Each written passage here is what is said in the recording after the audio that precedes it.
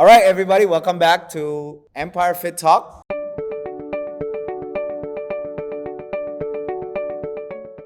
And today I have with me, obviously, as you guys know, Coach Gavi, our nutritionist, and also newest addition to the team, Dr. Angie. Okay, so both of these ladies are going to be helping us in our nutrition division. Here we believe in Empire nutrition is also important, just as much as training. So today, the topic that we're going to talk about is about diet.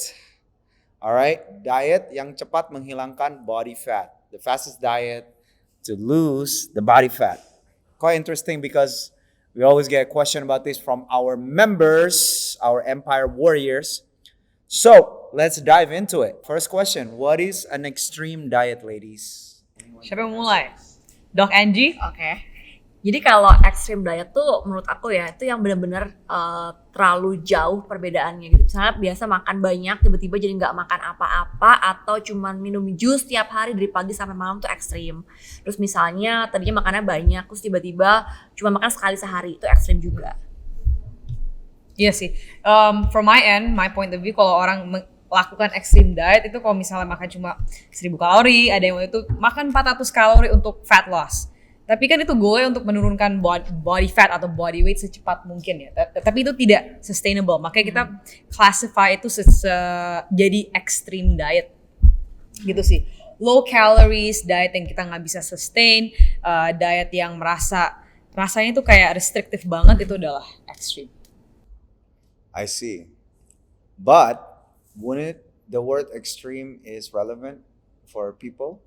It's different as... So, for instance, maybe somebody who likes to do intermittent fasting, would that be maybe perhaps for some people that is considered extreme, but it's not for the people who does it, right? So, if we could put it in general, so, okay, for instance, say somebody who eat once a day and does eat 1,500 calories. So that one meal is 1,500 calories. For example, I'm just saying, or even 2,000, and they only eat once a day. Wouldn't that be considered extreme to you guys? And would that be something that is detrimental to their health? For me, if that person eats once a day, there are lots of people that eats once a day. Yeah. But if it's sustainable for them, then it's alright for them. An extreme is something kayak dipaksa untuk melakukannya dan untuk achieve results. Dan itu kayak they feel like they need to do this all the time. I see. What do you think? Mungkin aku ngomong dari agak scientific dikit ya, karena sebenarnya normalnya kita tuh akan lapar setiap 6 jam physiologically gitu. Jadi kenapa kita makan 3 kali sehari? Karena satu hari udah 24 jam. 24 jam kalau kita makan setiap 6 jam, let's say berarti kita menghabiskan waktu untuk makan 18 jam kan. Jadi 24 jam dikurang 18 jam itu sisanya kurang lebih 6 jam. Jadi itu waktu tidur yang memang dianjurkan kan 6 sampai 8 jam. Jadi memang secara logis kita harus makan 3 kali sehari dalam durasi setidaknya jedanya 6 jam. Karena tubuh itu akan kasih signal bahwa kita mulai lapar. Gitu. Jadi kalau misalnya kita makan sekali sehari dengan komposisi 1.500, rasanya juga nggak memungkinkan nih buat orang makan segitu banyak. Jadi memang secara fisiologis yang normal memang kayaknya tidak memungkinkan untuk makan begitu. Jadi buat aku cukup ekstrim sih kalau cuma makan sekali sehari segitu banyak. Even if they meet their calorie intake? Rata-rata kayak misal aku sebesar ini 155 cm, 50 kilo. Daily aku kebutuhan untuk nafas aja, untuk organ berfungsi aja tuh sekitar 1.200-1.300. Dan buat aku untuk makan segitu banyak sekali itu tidak memungkinkan. Jadi kebayang kalau misalnya orang yang lebih tinggi, lebih besar lagi, dia pasti makan 2.000 sekali, itu kayaknya nggak mungkin. Karena ada lambung, ada kapasitasnya juga. Kalau kita overstretch, kita bisa muntah, kita bisa pencernaan nggak bagus, juga bisa mengganggu metabolisme tubuh juga. Jadi ekstrim sih. I see. Yeah. What I think obviously in all of these cases kita selalu ada yang outliers or ada yang orang-orang yang gue bisa begini, gue bisa begitu. Tapi obviously what we talk about here is we talk about in general population of people in the balance of probability, meaning more often than not when we talk about these things. Of course, you have satu dua orang or even a group of people as an example. Tapi for majority of people, what we see as extreme as a majority of people, or for a lot of people, yeah, something like that would be considered extreme, right? Yeah, you can argue this point one by one. For some people, oh, this worked for me, so on and so forth. Tapi this is not something that we would recommend also for people to do anyway. Okay, so with the extreme approach, what is wrong with this kind of approach, do you guys think? Permasalahannya with approaching in the, this kind of extreme diet approach. I mean, we get a lot of clients saying, well, coach, I've tried probably eating 1,000 calories because you want to lose the weight fast. Now, the problem with this approach is that they're looking for really, really quick results. That is not sustainable. That is the major challenge with what their mindset is. Right. They want to lose fast, but they don't know and they don't understand what comes after that. They might crave a lot of food. They might actually be detrimental towards their metabolism if they eat very, very few calories. And it's just hard for them to have enough energy for the day, especially when you're about to train also. And then they think that, oh, I need to be eating this few calories. I need to be training a lot. And then how can I keep up with this later? They think that nutrition and training just becomes so hard. It's not sustainable. What do you think, Angie? Kalau buat aku yang pertama kita mesti lurusin dulu berat badan sih, karena mindset orang itu pengen turun berat badan. Karena mindset orang tuh kalau kurus itu ideal, berat badan yang rendah itu bagus gitu. Padahal bukan berat badan, tapi lebih komposisi tubuhnya. Karena gimana ya, mungkin emang dari dulu ditekankan adalah berat badan. Tapi sekarang kita mau mengedukasi orang jangan fokus ke berat badan. Karena banyak orang yang berat badan tinggi tapi dia muscle mass-nya tinggi. It's okay kan sebetulnya.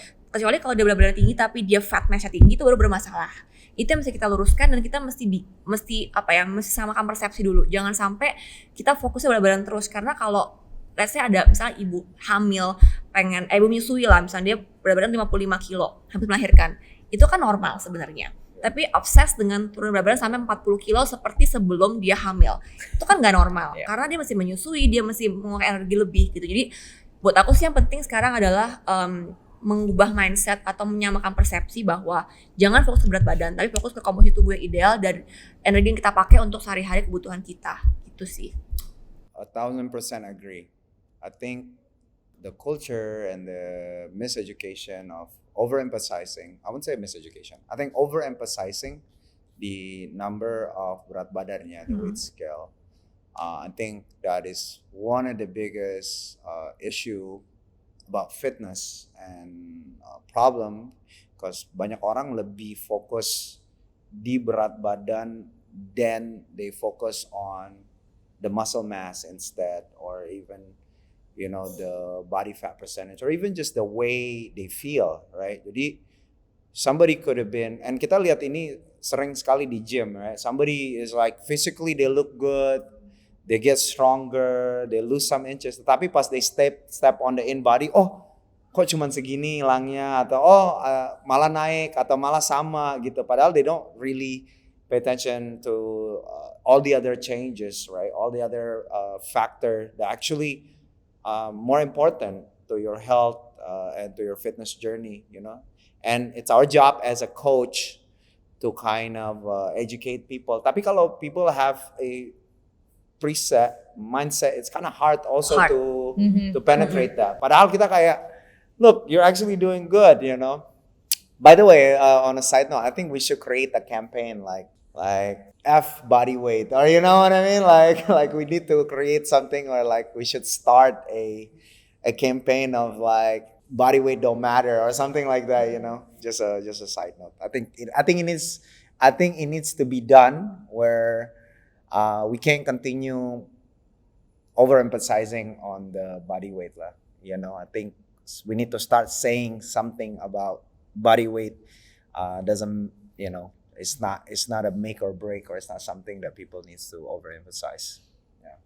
So with that being said, I want to ask you ladies a question: is how does fat loss work? So how do you achieve fat loss? Because this is what a lot of people come here for, and they want to lose fat, or they want to build muscle and lose fat, I mean, everybody feel like they need to lose some fat. So let's dive in on that. What do you guys think? Okay. The biggest misconception about when people say, oh, I want to lose fat, what they think is they need to sweat a lot, right? A lot of people think, oh, I just need to sweat. But the thing is, like we've talked about, how you actually burn calories is actually through breathing. Yes. It's not through sweat. So if you're wearing sauna jackets and you're trying to lose as much weight as possible By sweating. it doesn't work that water. way. You just lose literally the content of your body water, not really fat. Now, there's a energy balance, right? Do you want to talk more about the energy balance, energy in versus energy out through fat loss? Jadi kalau misalnya kita makan itu dianggapnya sebagai energi yang masuk ke tubuh kita. Nah, energi yang keluar itu ada banyak. Ada yang kita pakai sehari-hari, memang kita sebutnya resting energy expenditure atau basal metabolic rate. Itu yang kita pakai buat nafas, buat otak berpikir, kemudian buat organ berfungsi, buat sel-sel meregenerasi juga. Itu yang kita pakai namanya BMR itu. Nah, ada juga namanya energi yang ketika kita beraktivitas sehari-hari. Misalnya kita buat kerja, kita buat daily activity lah. Buat belanja ke supermarket. Ada juga yang lebih tinggi lagi namanya exercise energy yang kita pakai buat olahraga. Nah, semua itu kita tambahkan, nanti totalnya ada total energy expenditure. Nah, kalau kita mau fat loss atau kita mau menurunkan komposisi lemak dalam tubuh, itu mesti semuanya mesti diatur satu persatu. Nggak boleh salah satunya nggak seimbang untuk pengaturannya. So kebanyakan orang mikir tuh saya harus makan sedikit mungkin untuk achieve fat loss. Tapi mereka nggak mikir tuh sebenarnya kayak yang NEAT yang tadi Dr. Angie bilang, non-exercise activity thermogenesis. So your daily activities, how much you walk, or how active you are besides exercise. They only think about exercise, get as intense as possible, and then eat as little as possible. Yes. Like you can't really do that day in and day out. So in order for it to be like sustainable and easy for you guys, is actually maybe take longer walks, right? Or maybe walk your dog, or maybe park a little bit farther away from the store and just walk. So that's where people kind of forget. They try to make it as quick as possible, and then they don't think about the future repercussions. Right. Yeah, I think I like to play devil advocate. The thing is, I also understand where people are coming from. Karena usually people come into a realization they need to lose weight due to an emergency event. Like they find out that they have a wedding that they attend to, or they just got a checkup. You get what I mean? They got kayak a breakup or something. I don't know. It's usually something that kind of happen where like I need to lose weight. There's very not a lot of people, although it's increasing, bahwa they kind of like, you know what, I need to start working out because it's healthy for me. You know, so it's the reason behind why you want to lose weight in the first place. Sometimes it's quite I wouldn't say misleading, tetapi kayak membuat mereka take extreme measure, you know, because they feel they need to fix, because we want to fix a problem right away, right? It's just in our nature to like, oh, we have an issue, we got the money, or we have the issue, we have the energy, we have to fix the problem right away, right? So it is we're conditioned to solve problem as soon as possible, or, you know, as fast as possible. That's why when we identify the problem of having, you know, being overweight or being out of shape, we want to solve that right away. And the fastest way to try to solve that is by excessively exercising and excessively, calorie deficit, right? So I get why they do that, right? And because of that, they get instant gratification as well on top of the mindset that they have. So now, again, goes back to the body weight. You get the instant gratification. You also have this approach of fixing, a habit approach with trying to fix like every single problem out there by just going extreme, right? It kind of become a snowball effect where like you feel like you're making progress. Tetapi it's actually a progress, and it's not a progress, it's a digress, right?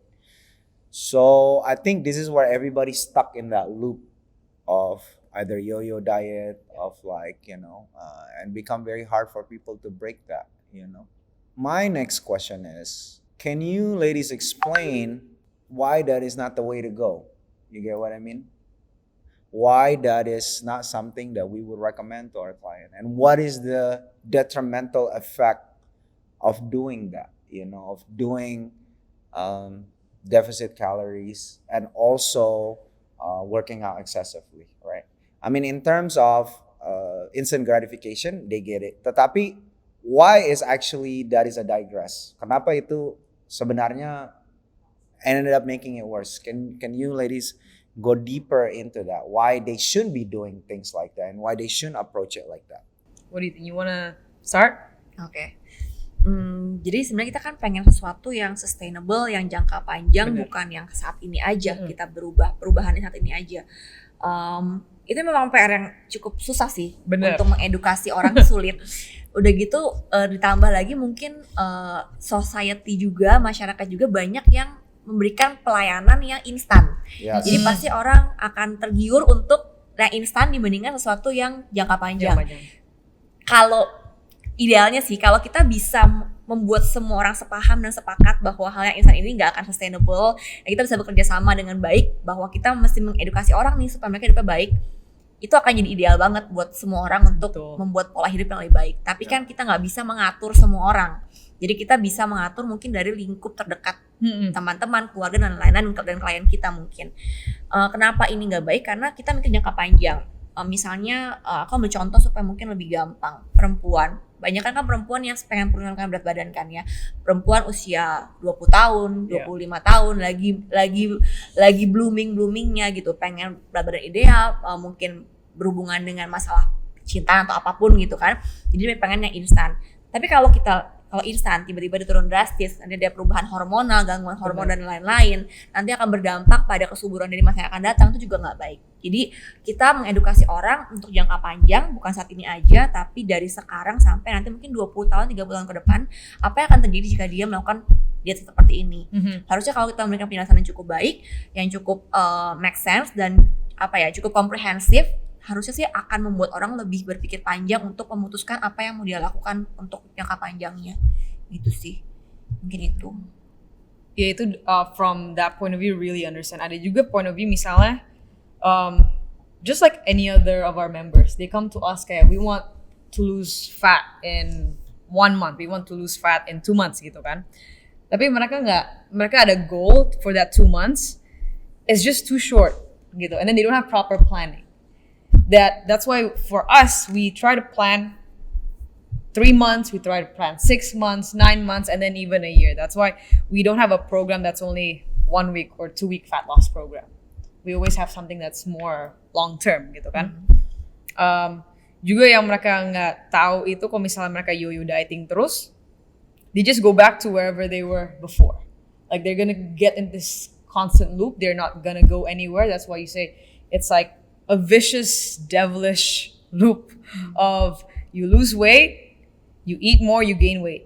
And then what you think is like, oh, I'm not actually good enough, or I'm not actually fit enough, or this is not cut out for me.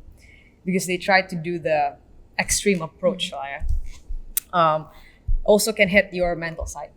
Because that's what I see mostly, because I had the problem also. I went from 60 kilo ke 46 kilo. It's just a very vicious cycle. Akhirnya benerin pola makan, and then you focus on, okay, food is actually fueling me. I should not just take away food from my life just because I need to show people that I'm thin enough. Gitu. Okay. So socially, mentally is also going to be a problem. Okay.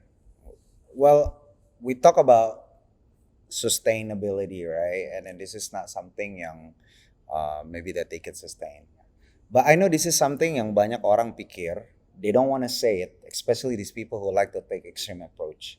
Apalagi the one yang already done an extreme approach, saw some kind of result, and then bounce back after that, the yo-yo, the circle, right?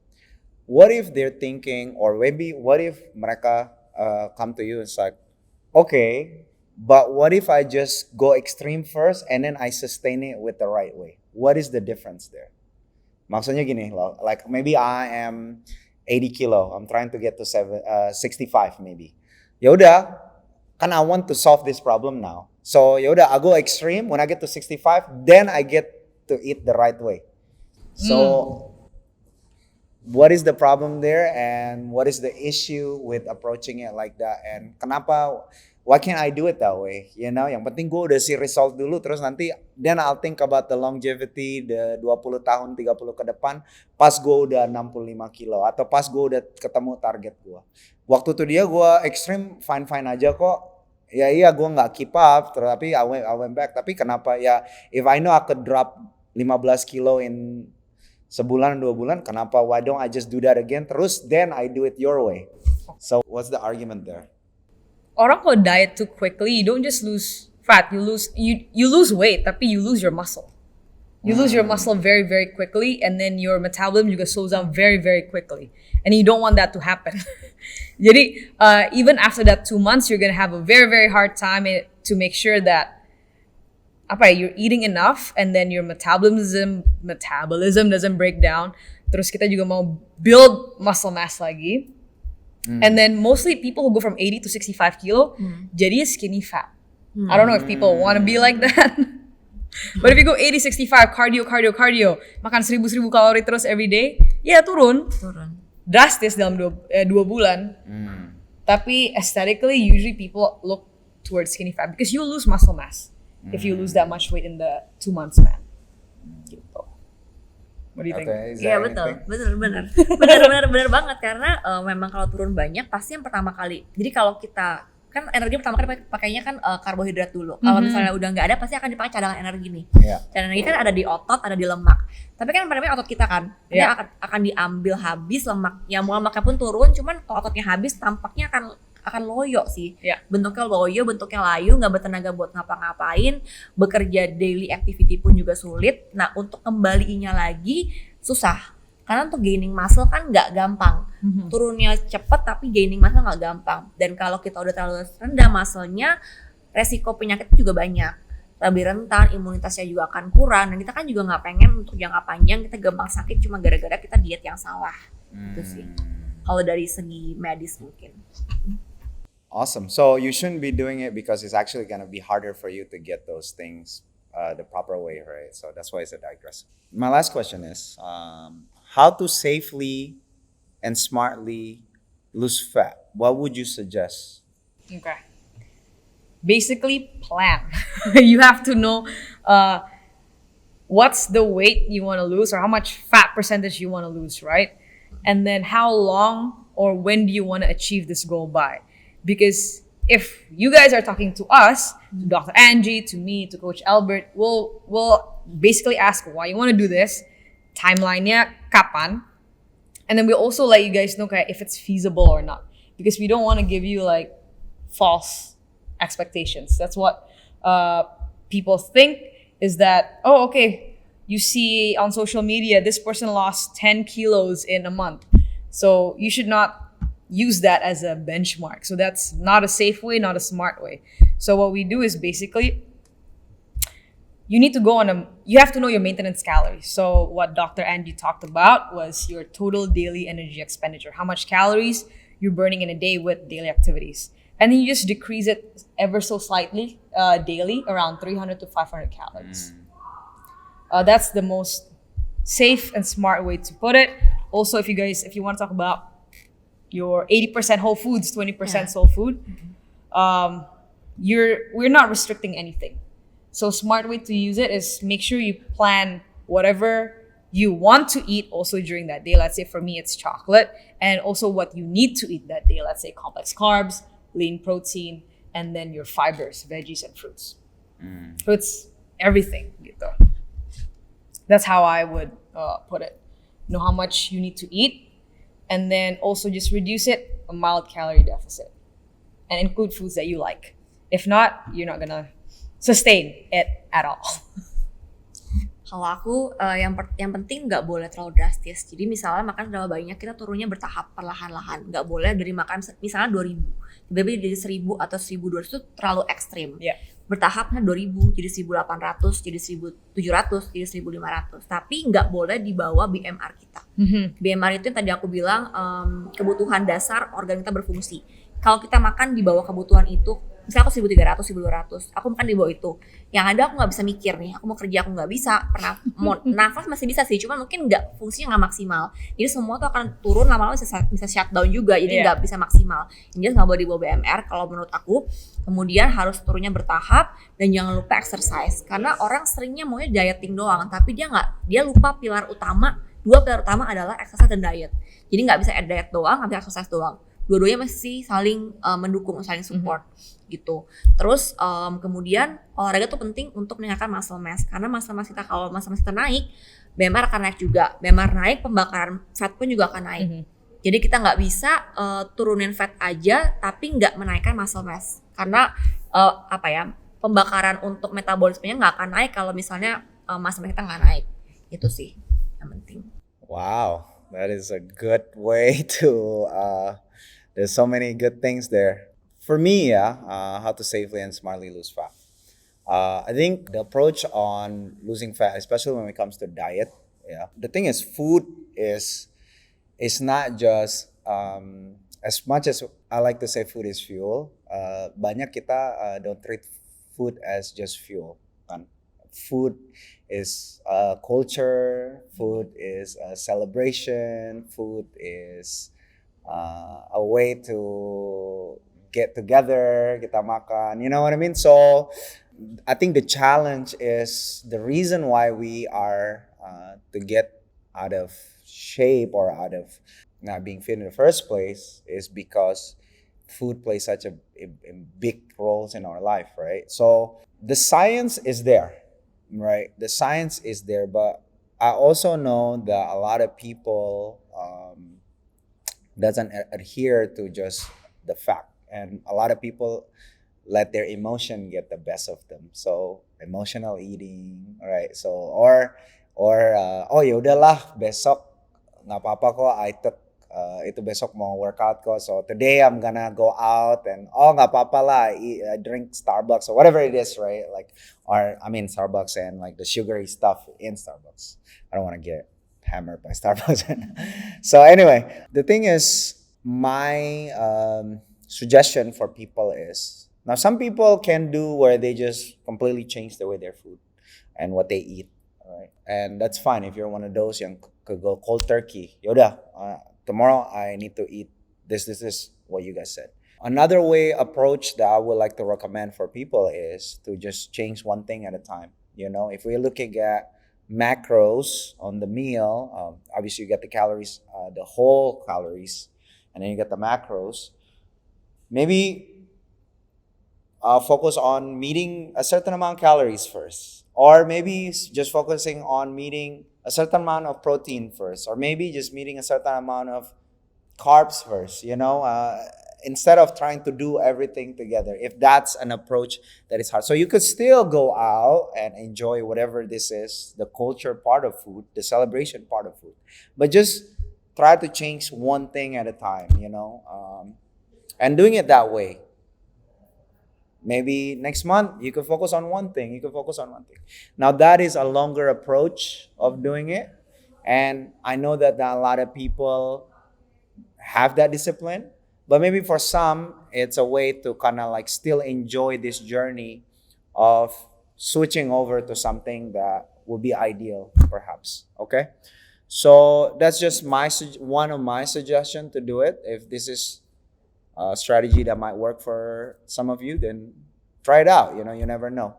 And also, obviously, what these ladies say, I think it's a way to do it. So with that, I'm going to close this segment on the diet. So thank you so much, ladies, for a lot of good information here. For you guys at home, feel free to, first click subscribe. All right, follow for more content about fitness, diet, nutrition. In the future, hopefully we could answer all of your questions. If you have any question, just comment or DM. Other than that, I'll see you guys on the next episode of our Fit Talk. Peace.